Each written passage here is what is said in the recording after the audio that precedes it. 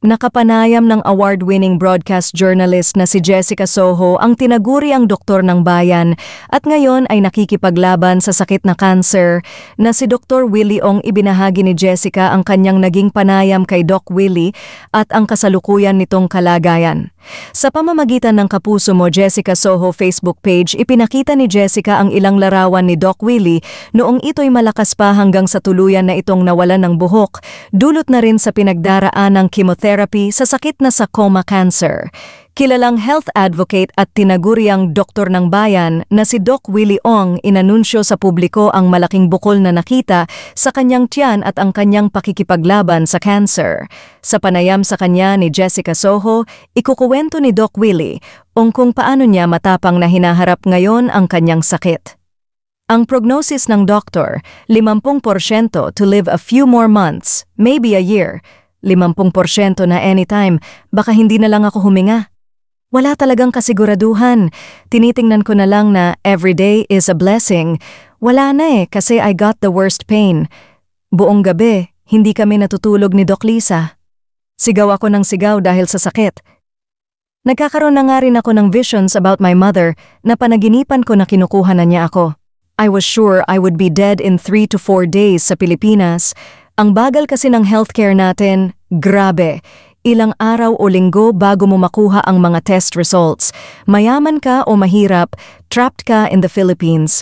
Sa ibang bansa tulad ng China, United States, they have the advantage sa healthcare na wala tayo.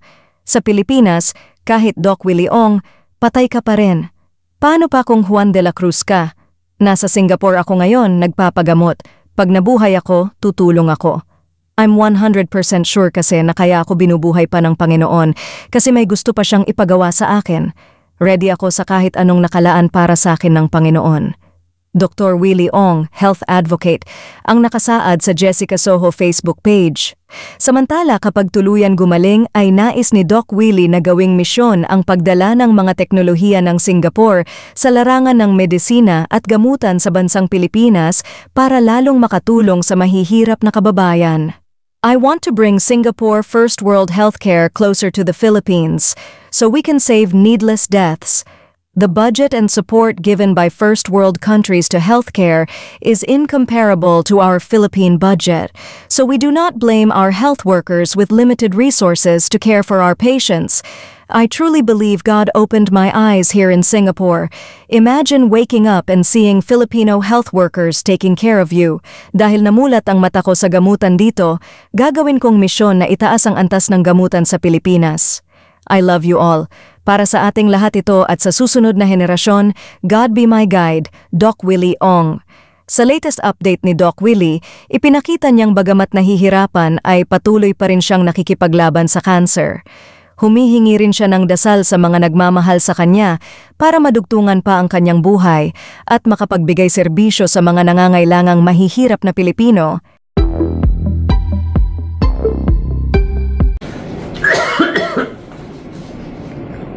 Kamusta po mga kababayan?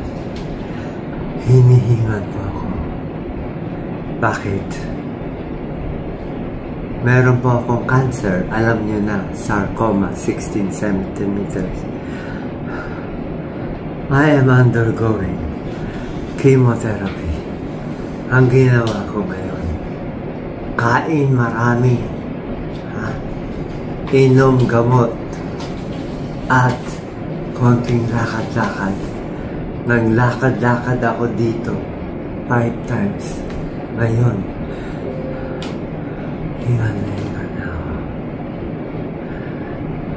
Pero don't worry. Lalaban tayo. One day, gagaling ako. Pag magaling na ako, magseserbisyo ako sa Pilipinas. Baka pwede makahingi ng konting dasal na mawala na ang bukol 16 cm sarcoma sa akin tiyan. Salamat. In Jesus' name, amen. To all the patients out there who are having a hard time Me, I'm a doctor, I'm a cardiologist, but I have a 16 centimeter by 13 by 12 sarcoma, hard to treat a sarcoma. I underwent chemotherapy, first session, even Avastin. I have metallic taste, but even if the food does not taste good, I try to eat and eat and eat. Even if I don't like all this medicine, I have to take it because I want to live, I want to live, I want to live. I will fulfill my mission. Why am I on earth? I will help the Filipino people. Mark my word. I don't know if this will get smaller. They have not seen such a big sarcoma, invasive to all the blood vessels. It pushed the inferior vena cava, the esophagus. It made me swell. Now I lost 22 pounds of water weight. I have no more muscle. Look at this, Doc Lisa. Show. There's nothing anymore inside. There's nothing inside. So, Doc Lisa, these medicines are very hard to swallow. This is spironolactone to reduce swelling in the abdomen. This is how I try to swallow it.